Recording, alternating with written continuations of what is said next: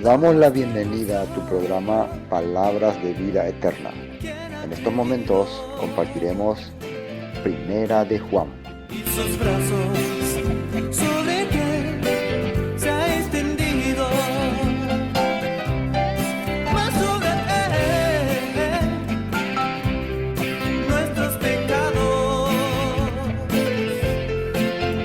fue clavado y por él somos libres. Primera Epístola Universal de San Juan Apóstol. Primera Juan 2. Comenzar del versículo 7. Hermanos, no os escribo un mandamiento nuevo, sino el mandamiento antiguo que habéis tenido desde el principio. Este mandamiento antiguo es la palabra que habéis oído desde el principio. Y, sin embargo, os escribo un mandamiento nuevo, que es verdadero en él y en vosotros, porque las tinieblas van pasando y la luz verdadera ya alumbra. El que dice que está en la luz y odia a su hermano, está todavía en tinieblas. El que ama a su hermano, permanece en la luz y en él no hay tropiezo. Pero el que odia a su hermano, está en tinieblas y anda en tinieblas, y no sabe a dónde va, porque las tinieblas le han cegado los ojos. Os escribo a vosotros, hijitos, porque vuestros pecados os han sido perdonados por su nombre. Os escribo a vosotros, padres, porque conocéis al que es desde el principio. Os escribo a vosotros, jóvenes, porque habéis vencido al maligno. Os escribo a vosotros, hijitos, porque habéis conocido al Padre. Os he escrito a vosotros, padres, porque habéis conocido al que es desde el principio. Os he escrito a vosotros, jóvenes, porque sois fuertes y la palabra de Dios permanece en vosotros, y habéis vencido al maligno. No améis al mundo ni las cosas que están en el mundo. Si alguno ama al mundo, el amor del Padre no está en él. Porque todo lo que hay en el mundo, los deseos de la carne, los deseos de los ojos y la vanagloria de la vida, no proviene del Padre, sino del mundo. Y el mundo pasa y sus deseos, pero el que hace la voluntad de Dios permanece para siempre. Pero necesitamos ver siempre un adelanto, o sea, regresar a que hablamos la vez pasada. Y el capítulo 2 comienza diciendo que estas cosas os escribo para que no pequéis. Primer punto, el objetivo de esta carta es no transgredir la ley. Eso es no pequéis. Y el culto pasado hemos visto todos los ejemplos, todas las partes de la Biblia donde menciona que pecado es transgredir la ley. Entonces cuando alguien te dice no peque, ¿qué te está diciendo? No transgreda la ley, no transgreda los mandamientos. Eso te está diciendo. Algunas personas piensan que pecar es no creer que Jesús murió por tus pecados. Pero pregúntense, ¿quién diría yo no creo que Jesús murió por mis pecados? ¿Quién diría eso? ¿Quién diría que yo no creo que Jesús murió? Todas las personas saben que Jesús murió por sus pecados. Todos saben. Todos los que creen en Jesús, en Yeshua, sea católico, evangélico, mormón, todos saben que Yeshua, que Jesús murió por sus pecados. Por eso, ¿qué es entonces pecar? Es decir, Él murió por tus pecados, es precisamente para que ahora viva conforme a su voluntad, a su palabra. O sea, sin transgredir. Y si transgredimos, dice acá, decía, y si alguno hubiere pecado, abogado tenemos para con el Padre, a Yeshua HaMashiach el Sadik, a Jesucristo el justo. ¿Qué significa esto? Si en nuestra vida caemos en pecado, en desobediencia, hay alguien que va a estar viendo nuestro caso porque va a entender que nosotros hemos caído por debilidad. Ese es el trabajo del abogado. Va a demostrar ante el juez que no hemos hecho estas cosas con intención.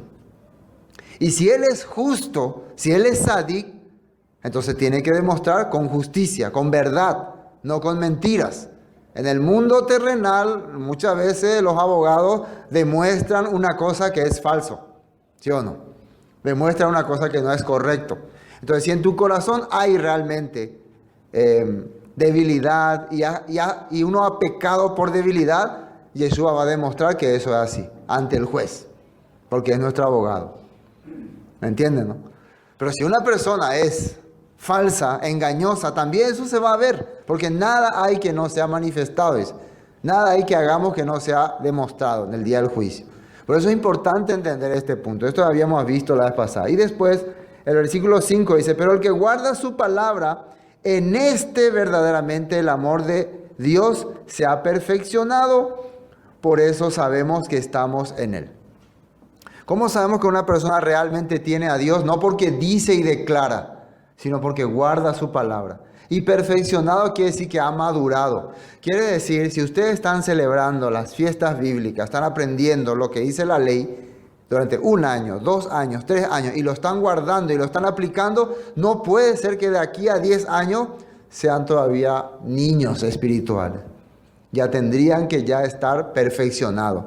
Ya podríamos ya hablar abiertamente las cosas de Dios. ¿Qué ocurre entonces? ¿Por qué pasan los tiempos, pasan los años y alguna persona no avanza, no desarrolla? Es porque no está teniendo comunión con Él, no está guardando su palabra.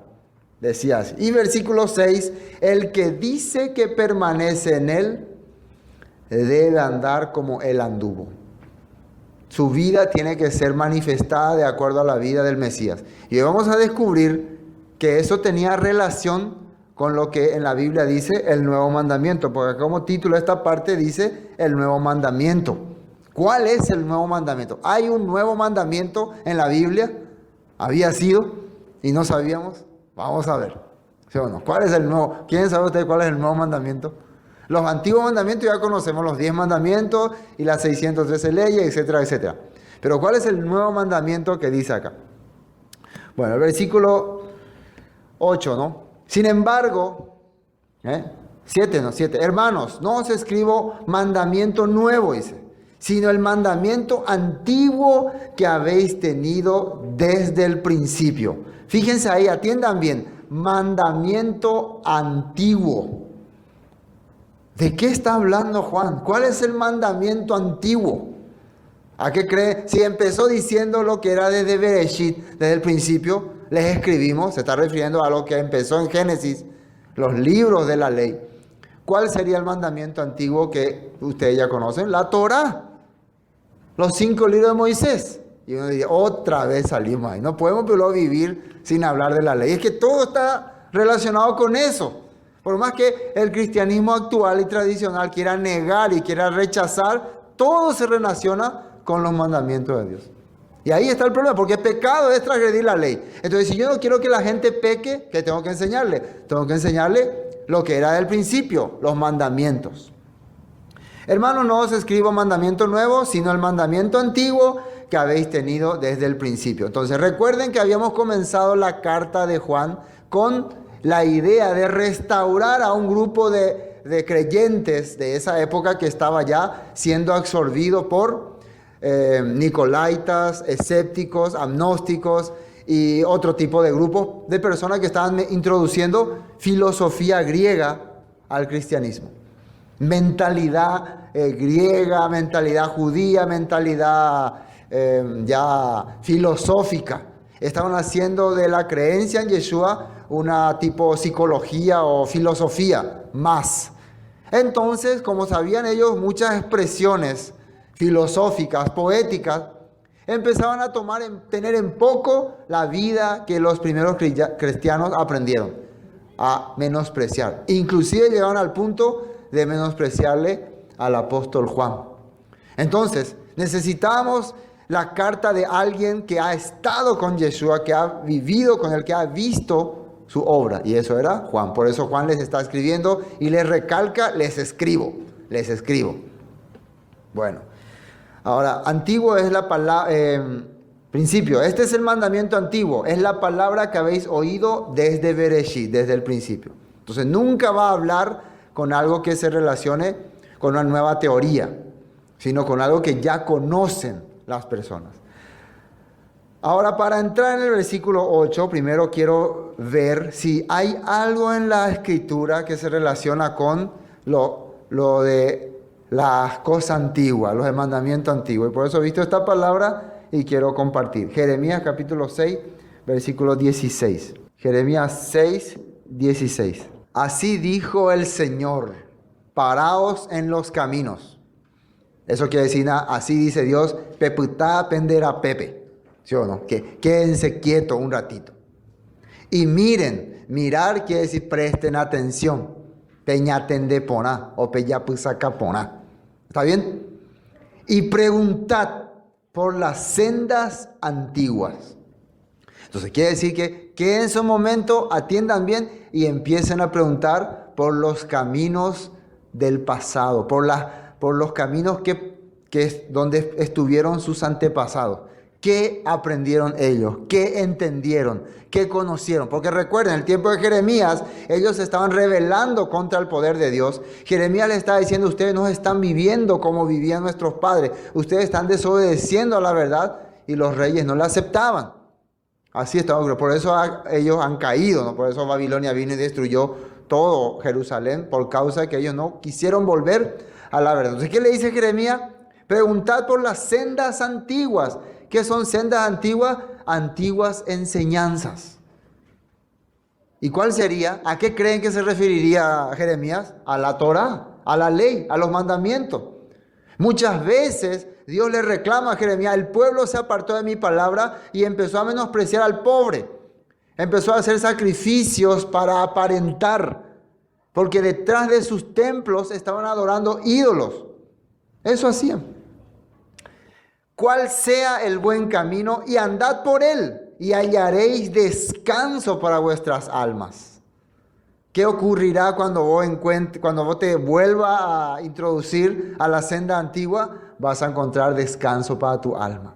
Lo que decía el rey David, cuando él entendió el mandamiento de Dios, dice que anduvo en libertad, se sentía libre. Qué extraño, hoy la gente piensa que eso es atadura. Es porque no ha conocido entonces la libertad. Mas dijeron, no andaremos. ¿Qué fue la respuesta de ellos? No. Orendo ya como hay pesa. Orero recot nueva pacto con ñandeyara. Con anga orella libre más. Lo que atuma lo yapo sea. Libre albedrío. Entonces, es contrario entonces a lo que Dios dice. Bueno, ahora Mateo capítulo 5, 18. Mateo 5, 18. ¿Qué dijo Yeshua con respecto a la ley y a los mandamientos? Porque de cierto os digo que hasta que pasen el cielo y la tierra, ni una jota ni una tilde pasará de la ley hasta que todo se haya cumplido. Nada va a ser borrado ni quitado hasta que todo se haya cumplido. Quiere decir que la ley, o sea, la Torah, no solamente son estatutos y decretos para cumplir, también son profecías, también son cosas que tienen que ocurrir en nuestra vida. Entonces la ley tiene que manifestarnos la naturaleza divina de Dios en nosotros. Y mientras eso no ocurra, no va a pasar. Mientras el cielo y la tierra no pasen, ni una cosa de esos mandamientos van a desaparecer. ¿Y cuándo es que el cielo y la tierra van a pasar? Según la Escritura, cuando venga Yeshua para reinar y se establezca el reino milenial. De manera que cualquiera que quebrante uno de estos mandamientos muy pequeños y así enseña a los hombres, muy pequeño será llamado en el reino de los cielos. Mas cualquiera que los haga, fíjense ahí, y los enseñe, este será llamado grande en el reino de los cielos.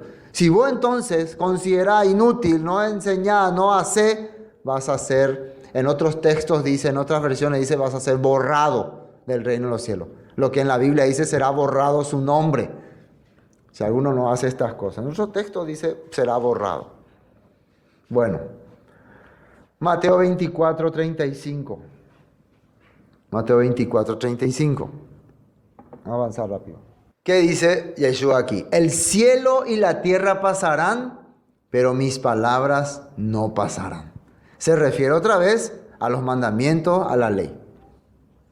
Bueno, Segunda de Reyes capítulo 17. Vamos a ir viendo estos textos, solo para confirmar el mandamiento antiguo, ¿no?, que dice en la Biblia. Hay muchos, ¿no?, pero nosotros vamos a ver esto nada más. Segunda de Reyes 17, 37. Los estatutos y derechos y ley, Torá, ¿no?, y mandamientos que os dio por escrito, que dice ahí, cuidaréis siempre de ponerlos por obra y no temeréis dioses ajenos. No olvidaréis el pacto que hice con vosotros, ni temeréis a dioses ajenos. Todo lo que te dio por escrito, dice, cuidaréis de cumplirlo. Está bien establecido la Biblia, no hay marcha atrás. Volvamos a Primera de Juan. Bueno, entonces ya Juan le está diciendo que no les escribe mandamiento nuevo, sino el mandamiento antiguo, porque así está diciendo, lo que está por escrito hay que guardarlo. Pero el versículo 8 que dice, sin embargo, y aquí está, os escribo un mandamiento nuevo.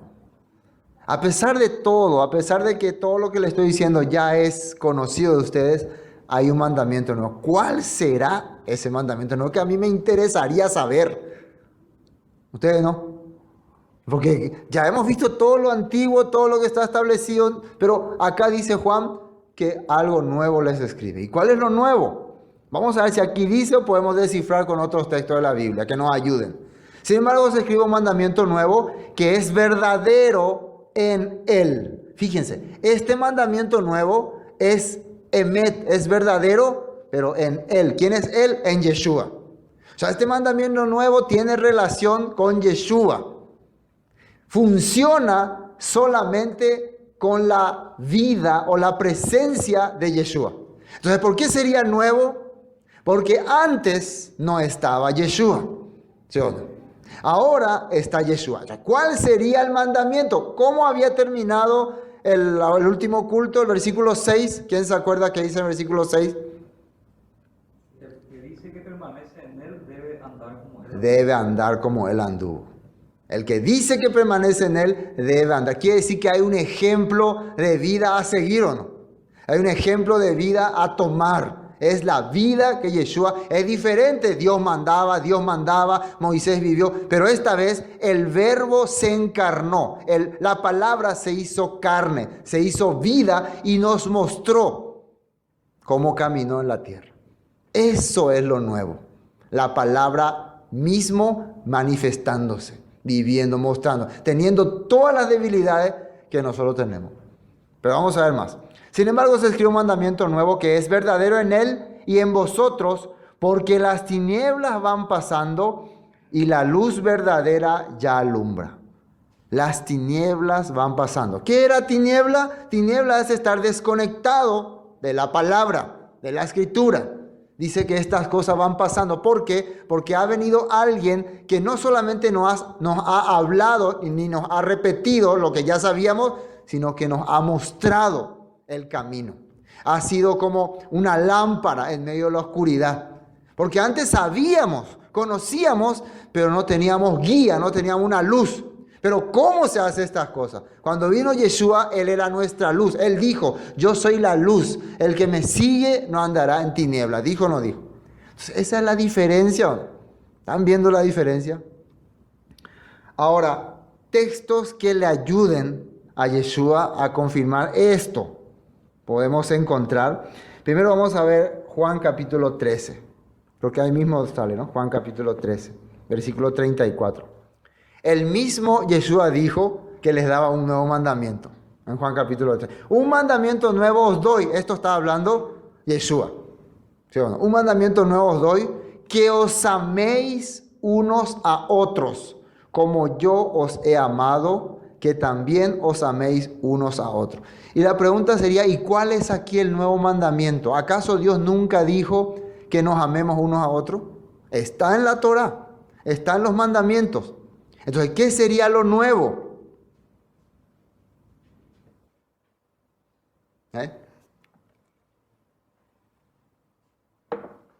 Miren lo que dice 35. En esto conocerán todos que soy mis discípulos, si tuviereis amor los unos con los otros. Lo nuevo es que Yeshua nos mostró eso. Mientras la gente le maldecía, dice, mientras la gente le golpeaba, Él los bendecía. Él decía, perdónalos. Dentro de su corazón no podía surgir el odio. Y uno diría, sí, pero Él es Yeshua, nosotros no somos Él. Por eso es nuevo este mandamiento, porque Él nos demostró eso. ¿Entienden? Él demostró que es manifestar la palabra en la otra persona. ¿Qué es el propósito de los mandamientos? Recuerden que Jesús resumió, en esto se resume toda la ley. ¿En qué era? El amor al prójimo. El amor al prójimo. El amor al prójimo. Si vos no le podés amar al prójimo, entonces no cumplís. Si vos podés cumplir el amor al prójimo, dice que cumpliste toda la ley. O sea que si una persona dice que cumple toda la ley, pero no puede amarle al prójimo, no cumple nada. Pero si una persona no puede cumplir ninguna ley, escúchenme, pero puede amar al prójimo, ¿qué quiere decir eso? La ley se cumple. La ley se cumple. O sea que, entonces, ¿cómo dirían? Pero entonces así es fácil. Voy a amarle nomás a mi prójimo. Y ese es el objetivo de la ley. Si lograste hacer eso, entonces cumpliste la ley. Pero ¿cómo dice el resumen que Yeshua hizo? ¿Cómo era? Amarás a Dios con todo tu corazón y a tu prójimo como a ti mismo. En esto se resume toda la ley. ¿Así dice o no?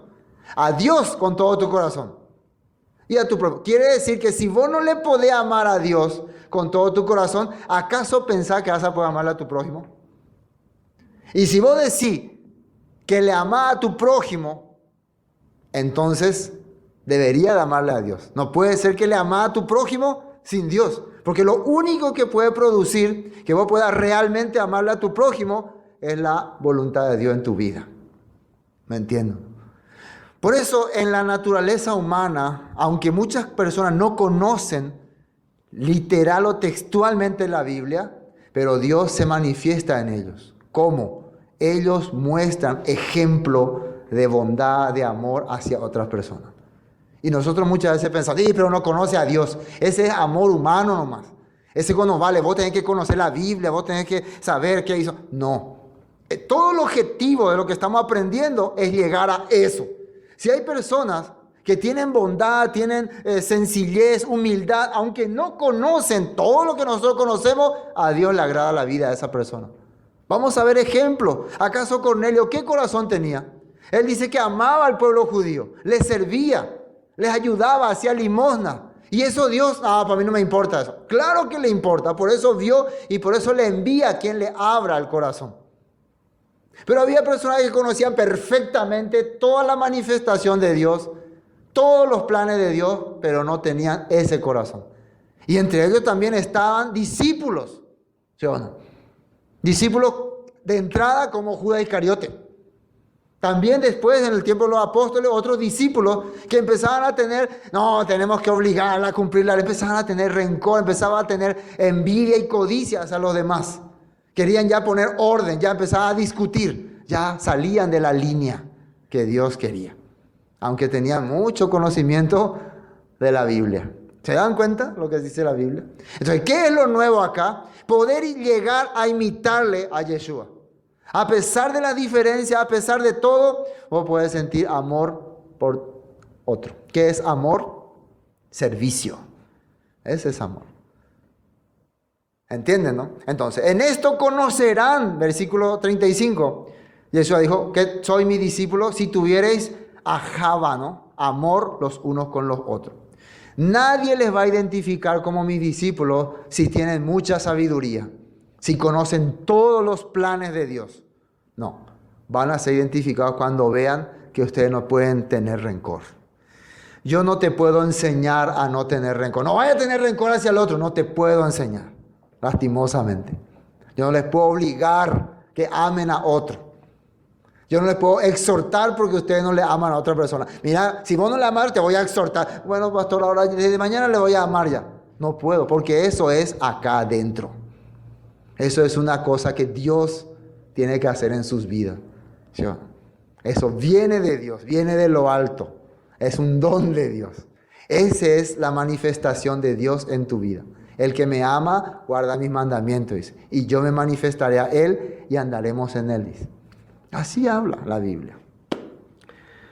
Bueno, acá dice el versículo 34, un mandamiento nuevo os dio, que os améis unos a otros, ahí, como yo os he amado. Pongan entre comillas o subrayen esa parte. Ese es el nuevo mandamiento. Usen mi técnica. Usen mi sistema. ¿Sí o no? Usen mi manera. ¿Cuál era su manera? No respondía al transgresor, al que él transgredía con él. No le devolvía mal por mal. Ese era su sistema. Ese es el mandamiento nuevo. Les toca a nosotros agarrarlo o tirarlo. Pero vamos a ver más texto. Segunda de Corintios capítulo 5. Segunda de Corintios capítulo 5. ¿Qué dice ahí? Porque el amor, fíjense, el amor de el Mesías, el amor de Cristo, dice, nos constriñe, pensando esto, que si uno murió por todos, luego todos murieron. Y por todos murió para que los que viven ya no vivan para sí, sino para aquel que murió y resucitó por ellos. Y cuando dice para que los que viven ya no vivan para sí, sino para aquel que murió y resucitó por ellos. ¿Cómo es que yo puedo vivir por aquel que murió y resucitó por mí? Está diciendo en capítulo 13 de Juan, amándonos unos a otros. ¿Cuál va a ser la manera en que yo voy a demostrarle a Yeshua, a Jesús, que estoy agradecido que Él haya muerto y resucitado por mí? ¿Cuál va a ser la manera? Todos los días dicen, oh, te agradezco, Padre, gracias, Jesús, agradezco a Jesús. Como la gente hace, ¿no? Solo Jesús, creo en Jesús, se la pasa invocando su nombre todos los días. Yo soy salvo por Jesús, gracias Jesús. Malditos ustedes que no creen en Jesús, yo sí soy salvo. Pero tu corazón, no me hable de mi corazón, vos sos un sanguinario, vos sos un satánico, diabólico, yo Jesús. ¿Será de esa manera? No. Nada que ver. Para que no vivan, dice, para sí mismo. Quiere decir que no le trate de mostrar a la persona que Cristo es poderoso en tu vida. Trata de mostrar a la persona que esa persona es digno de ser respetado y amado por vos. Nada más. Eso es lo que la gente tiene que ver en tu corazón. ¿Cómo me respeta esa persona? ¿Cómo me valora? A pesar de que yo no valgo nada, no soy nada, no sirvo para nada, me valora, me respeta. Entonces va a estar viendo, aunque no crea en Jesús, va a estar viendo a Jesús en tu vida. Entonces vos no vas a estar más viviendo para vos, vas a estar viviendo por aquel que murió y resucitó por vos. ¿Entienden este punto? ¿Entienden el mandamiento nuevo? No es muy difícil, ¿no? No es muy difícil, ¿no? Ese nomás era, había sido. Sí, ese nomás era. Si ese lograse, ya cumpliste toda la ley. Ya el mandamiento nuevo de Yeshua sella todos los mandamientos, si uno logra cumplirlo. Entonces, otro texto, vamos a ver, Filipenses capítulo 2. Filipenses capítulo 2. Versículo 4. No mirando cada uno por lo suyo propio, sino cada cual también por lo de los otros. Esto es una carta que el apóstol Pablo está escribiendo a los filipenses, cómo debe ser el corazón de los hermanos que realmente entendieron el amor de Dios. No mirando cada uno lo suyo propio. ¿Así dice ahí o no? No mirando cada uno lo suyo propio. O sea, no mirando lo que es tu interés sin importar los demás. Mientras a mí me vaya bien, mientras yo esté bien, ¿qué me importan los demás? Sea imponá, haciendo ahí cuando se va ahí, eso no hay que hacer, si es que tener el corazón de Dios. Sino cada cual también por lo de los otros. Haya pues en vosotros este sentir que hubo también en el Mesías Yeshua. ¿Qué es ese sentir que hubo en él? Y ahí dice, versículo 6, el cual siendo en forma de Dios, no estimó a ser igual a Dios como cosa a que aferrarse, teniendo la imagen y semejanza del poderoso, teniendo la realeza, no se aferró a eso, sino que se despojó. ¿Qué dice aquí? Sino que se despojó a sí mismo, tomando forma de siervo, hecho semejante a los hombres. ¿Qué quiere decir? Agarró todas nuestras debilidades, inclusive cómo vino él a este mundo. ¿Con qué categoría él vino a este mundo? ¿Qué fue él cuando vino? Fue un humilde carpintero, vivió en una ciudad humilde, Nazaret, creció como una persona sencilla, nunca tuvo grandes poderes, ni palacio, ni ejército. De esa manera vino. ¿Para qué? Para amarnos nosotros. Con ese objetivo él hizo eso. Prefirió dejar todo lo que tenía para manifestar su amor hacia nosotros. Sino que se despojó a sí mismo tomando forma de siervo, hecho semejante a los hombres. Imagínense que una persona no se anima muchas veces, no sé, a despojarse de su tiempo, a despojarse de su hora para conversar con alguien, para reunirse con alguien. No se anima, pero él se despojó de su reino celestial. Ay, no quiero, no tengo, no me nace, no me interesa. Esa es la verdad. Entonces, estamos viendo el corazón que tiene Yeshua. Estamos viendo el que cree en él debe andar como él anduvo. Perdé tu tiempo, deja esto, vení, manifestar tu amor unos con otros, con tu corazón. Sino que se despojó a sí mismo tomando forma de siervo, hecho semejante a los hombres, y estando en la condición de hombre, se humilló a sí mismo, haciéndose obediente hasta la muerte y muerte de cruz. Por lo cual Dios también le exaltó hasta lo sumo y le dio un nombre que es sobre todo nombre. Recuerden que la palabra nombre es una manifestación. Le dio un ejemplo de vida, que es sobre todo ejemplo, sobre toda manifestación humana. Porque Él hizo cosas que normalmente los hombres no hacen. Para que en el nombre de Yeshua se doble toda rodilla de los que están en los cielos y en la tierra, debajo de la tierra. Y toda lengua confiese que Yeshua HaMashiach es el Señor, para gloria de Dios Padre. Por tanto, amados míos, como siempre habéis obedecido, no como en mi presencia solamente, sino mucho más ahora en mi ausencia, ocupaos en vuestra salvación. ¿Qué dice ahí? Con temor y temblor. ¿Esto se relaciona con la salvación? No, ¿verdad? Nada que ver con la salvación. Según este texto, sí, se relaciona. Porque ¿qué es la salvación? La salvación es dejar esa vida corrompida y caminar el camino que Yeshua nos muestra. Yo soy la luz, el que me sigue no andará en tiniebla. ¿Te parece que andar en tiniebla es el camino de salvación? Claro que no. Entonces, cuando Dios te abre el entendimiento, es como ocuparte de tu salvación. ¿Qué quiere decir? Tienes que ocuparte del camino que tenés que seguir. Deja de pensar en otras cosas y fíjate bien en la senda que estás llevando. Por eso decía Jeremías, alto, peputa pepe, jape mañana porán, va esta pela perajaina. ¿Qué camino están llevando? Que no sea el camino equivocado. Que dice en Proverbio, hay camino que al hombre le parece vida, pero su final es la muerte. Dice, parece que está caminando bien, parece que está haciendo bien, pero al final termina en la muerte. Bueno, ahora sí, volvamos a Juan, primera de Juan.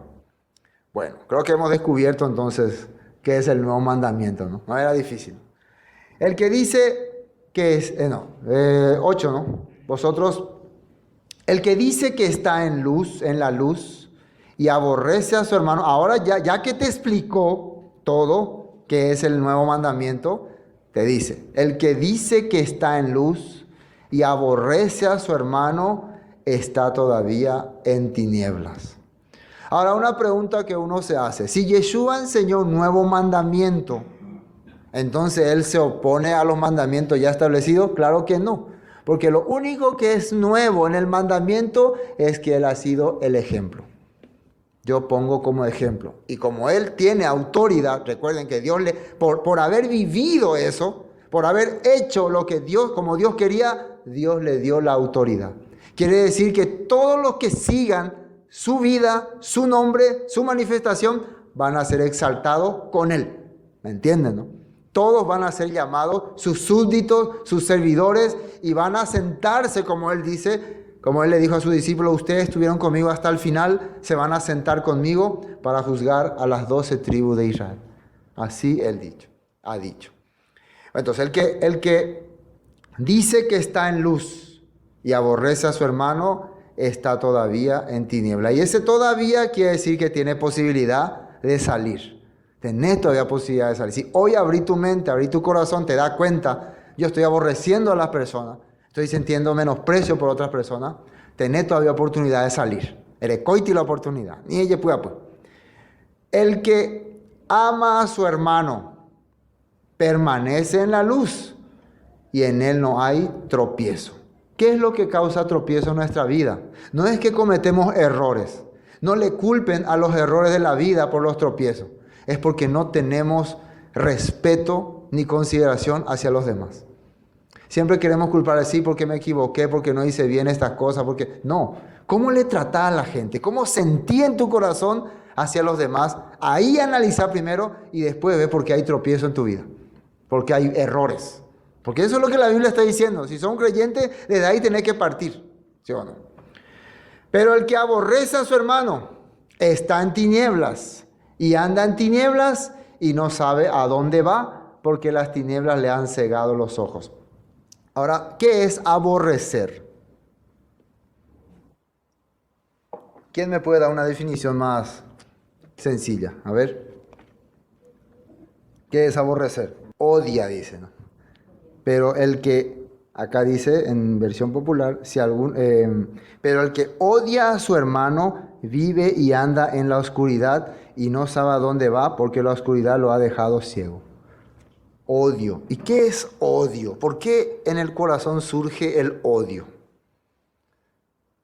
Hay que investigar, yo no soy psicólogo, no voy a empezar a dar clases de psicología aquí, pero hay que investigar bien. Muchas veces el odio, ¿no? Que es un sentimiento, surge sin motivo hacia otra persona.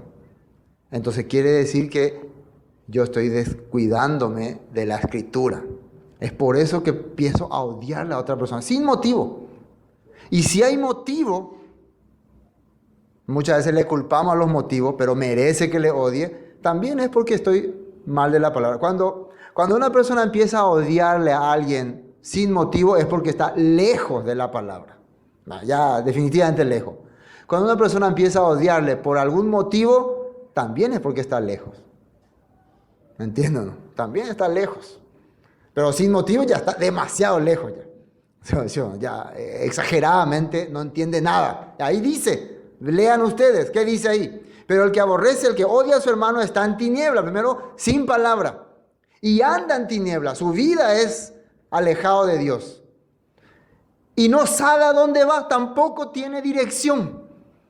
Entonces no puede ser una persona que vive estudiando, enseñando, caminando, orando, meditando en la palabra, que tenga odio o rencor hacia los demás. La característica natural de la persona que tiene odio, rencor, codicia, envidia, es que no sabe ni a dónde va. Doy cuay ni mopa la japé. ¿Sí o no? Generalmente por eso termina muy mal. Termina haciendo cosas terribles. Esa es la verdad. Y acá solamente le culpa a estar sin palabra, que es tiniebla. Entonces, por eso, ¿por qué una persona reacciona así? ¿Por qué tiene ese carácter? Está sin la palabra. No está conectado. No tiene comunión. Y todo lo que hemos estado hablando hasta ahora se suman aquí. ¿Están entendiendo? No está ni siquiera acercándose al antiguo mandamiento, mucho menos al nuevo. Si en el antiguo no entiende nada, si el antiguo menosprecia, ¿ustedes creen que va a lograr cumplir el nuevo? Nunca. Imposible. ¿Qué decía el antiguo mandamiento? Vamos a ver. Levítico capítulo 19. El antiguo mandamiento, vean lo que decía. Solo para tener en cuenta. Levítico capítulo 19, versículo 9. 19:9. Fíjense lo que dice ahí. Cuando ciegues la mies, todos estos mandamientos se relacionan con los demás, cómo tenés que tratar a los demás. ¿Qué dice? Cuando ciegues la mies de tu tierra, no cegarás hasta el último rincón de ella, ni espigarás tu tierra cegada. Bueno, voy a explicar eso en nuestro tiempo. Cuando vos trabajas en tu campo, no vas a quitar todo lo que hay en tu campo, sino vas a dejar una esquina, algo ahí. No sé si me entienden. De ahí peamos. Ahí entero vete hablan de... ya, mishimi. Tenés que dejar un poquito de lo que estás sacando. Mandarina, naranja o fruta o lo que sea. ¿Para qué? ¿Para qué hay que dejar eso? Boriahu Pemuana. Ahí dice, cuando sigues la mies de tu tierra, no cegarás hasta el último rincón de ella, ni espigarás tu tierra cegada, y no rebuscarás tu viña, ni recogerás el fruto caído de tu viña. Para el pobre y para el extranjero lo dejarás, yo el Señor vuestro Dios. ¿Qué quiere decir eso? Tenés que tener compasión de esa persona. Anie y purupaite. Se guarame meteco, se hay purupata, se todo es mío. No tengo por qué darle a los demás. Todo es mío. No. deja un poquitito. Hacé sobrar siempre para darle al pobre, al extranjero. Así dice. Entonces esto, solamente podés hacer eso si hay un corazón de Dios de servir a otro. Cuando Dios tanto llena tu corazón y vos entendés tanto el amor de Dios. Imagínate, Dios está pensando en esos pobres. Dios está pensando en esas personas necesitadas. Quiere decir que si Dios pone pobres en la tierra, es porque Dios quiere a ese que tiene bendecirle. Al pobre, ¿cómo le bendice? Cuando el que tiene le da. Entonces el pobre dice, gracias Señor, no te olvidaste de mí. Sé que estás ahí, por eso me da. Y el rico, ¿cuál es su bendición? Que Dios puede permitirle que exista pobre para que él pueda dar. Si no existe pobre, el rico no puede ser bendecido. Entonces, ¿qué les parece? Cómo Dios hace las cosas. Bueno, después, ¿qué más dice? No hurtaréis, que es, no le vas a quitar a las personas sus cosas, no le vas a robar. No engañaréis, no le vas a mentir a la persona. Después, ni mentiréis el uno al otro. Y no juraréis falsamente por mi nombre, profanando así el nombre de tu Dios, yo el Señor. No oprimirás a tu prójimo, ni le robarás. Oprimir, que es como torturarle o usarle para tus propósitos. Lo que hace realmente, vamos a hablar seriamente, lo que hace hoy la gente. Lo que hacen los políticos, lo que hacen los militares, lo que hacen los pastores. Le oprime a la persona, lo que hacen los patrones, ¿sí o no? Oprime a la gente, le saca el jugo, ¿sí o no? Todos le gusta usar a las personas para su beneficio. No hay que hacer eso. No le use a una persona para tu beneficio. No te aproveche de los demás. ¿Estás entendiendo? Este es el mandamiento antiguo. Si este no podés cumplir, ¿vos crees que vas a poder cumplir el nuevo? Esto ya sabían ellos. Esto ya conocían. Después, no oprimirás a tu prójimo, ni le robarás, no retendrás el salario del jornalero en tu casa hasta la mañana, no maldecirás al sordo, delante del ciego no pondrás tropiezo, sino que tendrás temor de tu Dios, yo el Señor. No harás injusticia en juicio, ni favoreciendo al pobre, ni complaciendo al grande. Con justicia juzgarás a tu prójimo. No andarás chismeando entre tu pueblo, no atentarás contra la vida de tu prójimo, yo el Señor. No aborrecerás a tu hermano en tu corazón. Fíjense que ya estaba aquí, que no tenés que tener odio. Razonarás con tu prójimo para que no participes de su pecado. No te vengarás ni guardarás rencor a los hijos de tu pueblo, sino amarás a tu prójimo como a ti mismo, yo el Señor. ¿Qué mandamiento es? ¿Nuevo? El antiguo. Entonces ya estaba en la Biblia el amar al prójimo. ¿Por qué Yeshua les repite? Porque ellos no lo habían hecho. Por eso el mandamiento nuevo que les doy es que yo hice lo que el mandamiento decía. Ahora quiero que ustedes me sigan. Entonces él no le está dando entonces algo nuevo. Simplemente le está dando el ejemplo. Mi ejemplo quiero que ustedes sigan. ¿Entienden? Eso es lo nuevo. Les doy ejemplo. Me pongo como ejemplo para que ustedes sigan. Bueno, vamos a continuar.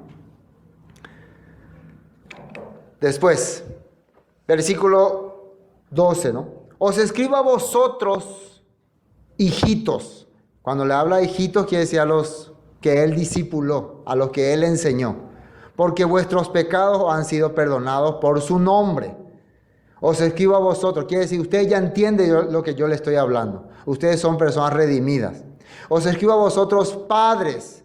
Son las personas ya, se puede decir, de su nivel. Ustedes ya mayores también. Dice, porque conocéis al que es desde el principio, que quiere decir, ustedes saben a nuestro Dios que empezó a crear todas las cosas. Os escribo a vosotros jóvenes. ¿Quiénes son los jóvenes? Son las personas que están comenzando la vida, que están arrancando la vivencia, porque habéis vencido al maligno. Os escribo a vosotros, hijitos, otra vez se refiere a los que él discipuló, porque habéis conocido al Padre. Os escribo a vosotros, padres, nuevamente le repite, porque habéis conocido al que es desde el principio. Os he escrito a vosotros, jóvenes, porque sois fuertes. ¿Y dónde está la fuerza de los jóvenes?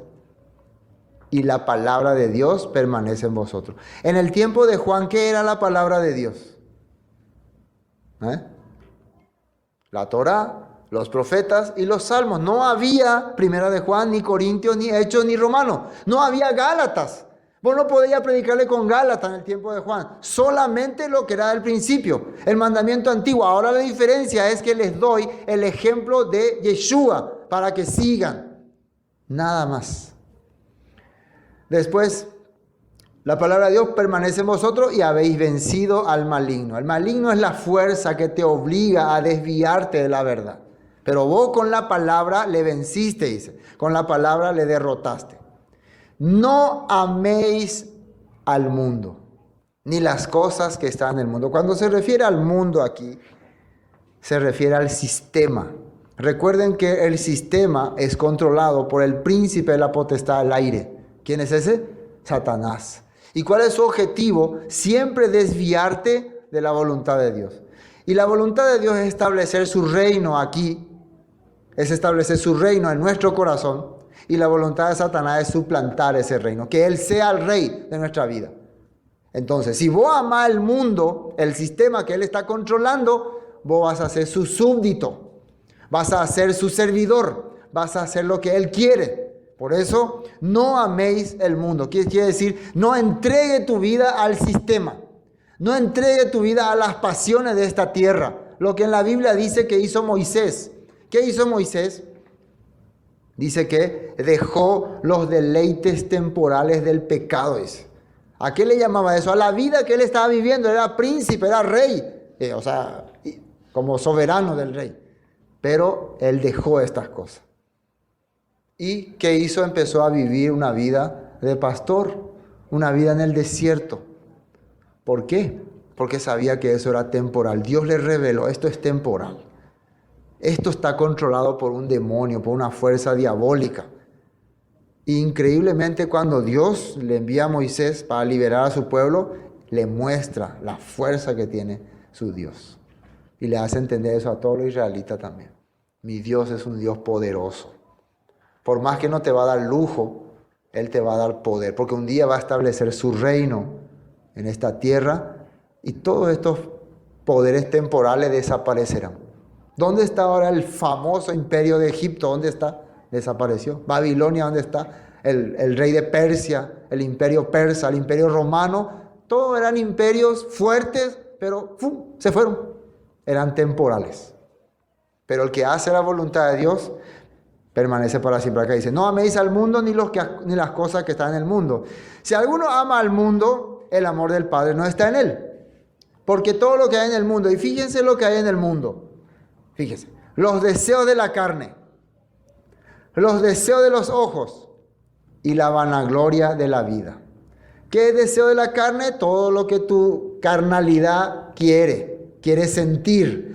Quiere sentir esto, quiere sentir aquello. Todo, usted imagínese, todo lo que tu carne quiere sentir es deseo de la carne. No ame esa cosa. Los deseos de los ojos, todo lo que ve. Quiero esto, quiero aquello, quiero ir, quiero aquello. Todo lo que ve tu ojo quiere. Tampoco ame estas cosas. Amar quiere decir que no te dedique a eso. No le entregue tu vida a eso. Y después, la vanagloria de la vida. No quieras ser alguien especial en esta vida. Yo quiero que me recuerden, que digan que fue un gran personaje, que quiero lograr algo. No. Ese era el deseo de los grandes emperadores antes. Quería que su nombre quede perpetuamente, que se me recuerde por los siglos. ¿Y para qué? ¿De qué sirvió? No sirvió para nada. Pero ellos así pensaban. No vaya a ser así. No vaya a querer ser alguien especial en este mundo. Los deseos de la carne, los deseos de los ojos y la vanagloria de la vida no provienen del Padre, sino del mundo. Todo esto, recuerden cuando Satanás le tentaba a Yeshua, ¿qué le ofreció? Primero le ofreció deseo de la carne. Jesús en ese momento tenía hambre, quería comer. Si eres hijo de Dios, dile a esta roca se convierta en pan. Por la comida vos vas a entregar tu alma, vas a entregarle al diablo tu vida. Eso hizo Esaú, ¿no? Tengo hambre, no me importa, dame tu primero, no me interesa, llévame, yo quiero comer. Muchas personas por la comida rechazaban a Dios. Recuerden los israelitas que dijeron, estamos hastiados de este pan tan liviano, queremos comer cosas ricas. Por la comida perdieron su vida, su alma. Así. Porque querían comer cosas ricas, querían satisfacer su carnalidad. Después, ¿qué otra cosa le ofreció?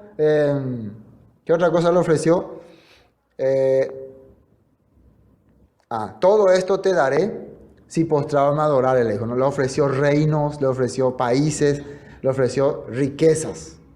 Todo el poder que hay te voy a dar si solamente decidí adorarme. Pero Jesucristo le dijo, no, solamente al Señor tu Dios adorarás. Después le ofreció también poder, porque le dijo, tírate de allá, porque en la Biblia dice que los ángeles te sostendrán. Manifiesta que eres poderoso. Demuestra a la persona que eres quien dice ser. Eso es una manera de ser vanaglorioso también, de querer exaltarte donde no debes. De querer decir, yo soy cristiano, yo soy hijo de Dios, yo tengo la fe, con la fe. Así, ¿no? Entonces, no tentarás al Señor tu Dios, no le voy a poner a prueba. Si Dios me da su gracia, voy a pasar esta situación. Si Dios me ayuda, si Dios está conmigo, voy a vencer esto. Y si no, igual voy a seguirle. Igual voy a seguirle. No voy a probarle a Él. Dios no me ayudaste, así que ya no quiero saber más nada de vos. No es así. Todo esto proviene ¿de quién? Del mundo, dice. Todas estas vanagloriadidades, no sé si se dice, provienen del mundo. ¿Y qué dice? Y el mundo pasa y sus deseos, pero el que hace la voluntad de Dios permanece para siempre. El mundo pasa y sus deseos, pero el que hace la voluntad de Dios. ¿Y cuál sería la voluntad de Dios? Si vemos desde el contexto de este capítulo, ¿cuál sería la voluntad de Dios? Amarse unos a otros. Y haciendo eso, ¿qué es lo que hace? Cumplir toda la ley, dice. Entonces, eso nomás tengo que hacer claro, que por eso es que tenés que regresar a la senda antigua, para entender de qué se trata la ley, para entender cuáles eran los pasos que Dios te enseñó, porque tenés que amarle a Dios y a tu prójimo como a ti mismo. Entonces tenés que saber qué es lo que Dios nos enseñó, qué dejó como instrucción para que yo pueda amarle a Él y amarle a mi prójimo. ¿Y qué dejó como instrucción? Dejó sus mandamientos, dejó sus leyes, dejó sus estatutos, dejó sus reuniones, sus festividades. ¿Qué hacemos en las festividades? Nos reunimos, compartimos, apoyamos uno a otro, disfrutamos el momento, nos sentimos agradecidos con Dios y ahí demostramos que somos sus discípulos. ¿Sí o no? ¿Amén? Bueno, pues hasta aquí vamos a compartir. Esto fue Palabras de Vida Eterna con el estudio del libro de Primera de Juan. Bendiciones y hasta pronto.